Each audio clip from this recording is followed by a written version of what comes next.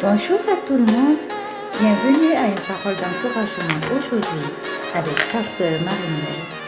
Je suis vraiment heureuse de vous retrouver en ce matin et j'aimerais dire quelque chose à quelqu'un aujourd'hui. Parfois dans la vie, on sent dans notre cœur que le Seigneur nous parle. Pas toujours par une grande voix, mais par une conviction intérieure. Cela peut être également par une direction, ou même encore une parole qui revient dans notre esprit.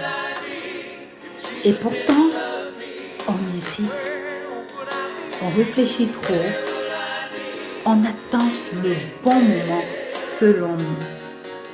Alors, j'aimerais vous lire Zacharie 6, le verset 15 ce matin, qui dit que ceux qui sont éloignés viendront et travailleront au temple de l'Éternel, et vous saurez que l'Éternel des armées m'a envoyé vers vous.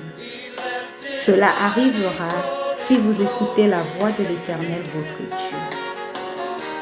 Bien-aimés, ce verset nous révèle quelque chose de très important. C'est que Dieu promet d'agir. Mais pour qu'il agisse, il y a une clé. Et cette clé est simple. C'est l'écoute et l'obéissance à sa voix. D'abord, le verset parle de personnes qui sont éloignées et qui vont venir travailler au temple de Dieu. Cela signifie que Dieu peut mobiliser les ressources. Il peut mobiliser des personnes, des soutiens, même là où nous ne les voyons pas encore. Alléluia. Le Seigneur notre Dieu n'est jamais limité par ce que nous voyons autour de nous. Alléluia. Ensuite, il y a cette petite phrase qui change tout et qui dit « Si vous écoutez la voix de l'Éternel ». Cela veut dire, mes frères et sœurs, que certaines promesses de Dieu sont liées à notre réponse à nous. Certaines promesses de Dieu sont liées aux réponses que nous donnons à ces promesses-là. Pas parce que Dieu veut compliquer les choses, non. Mais simplement parce que l'obéissance ouvre les chemins que Dieu a déjà préparés pour nous. Alléluia. Et lorsque notre Dieu parle, ce n'est jamais pour nous informer seulement, c'est pour nous mettre en mouvement. Et souvent, le piège n'est pas de refuser d'obéir, non. Le piège, c'est de reporter l'obéissance. Parce que très souvent, nous disons « Oui Seigneur », mais plus tard. Nous disons « Oui Seigneur », mais quand tout sera plus clair. « Oui Seigneur », quand le temps propice arrivera. Maintenant, il n'est pas encore temps. Mais laissez-moi vous dire que dans la vie spirituelle, l'obéissance différée devient souvent une obéissance perdue.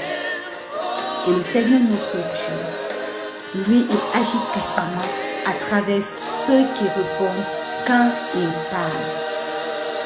Alors, mon frère, ma soeur, peut-être qu'en ce moment même, Dieu te parle déjà d'une chose simple. Peut-être cette chose simple, c'est de pardonner. Peut-être faire un pas de foi.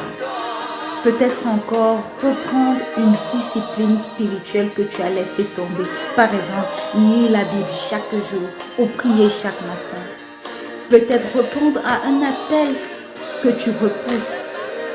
Parfois, nous cherchons une grande révélation alors que le Seigneur notre Dieu attend simplement une toute petite obéissance.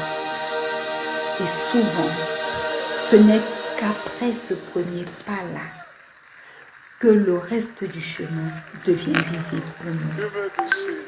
Le Seigneur notre Dieu éclaire rarement toute la route d'un coup, non. Il éclaire le prochain pas que nous prenons. Et ce pas commence par une chose très simple. Écouter et obéir.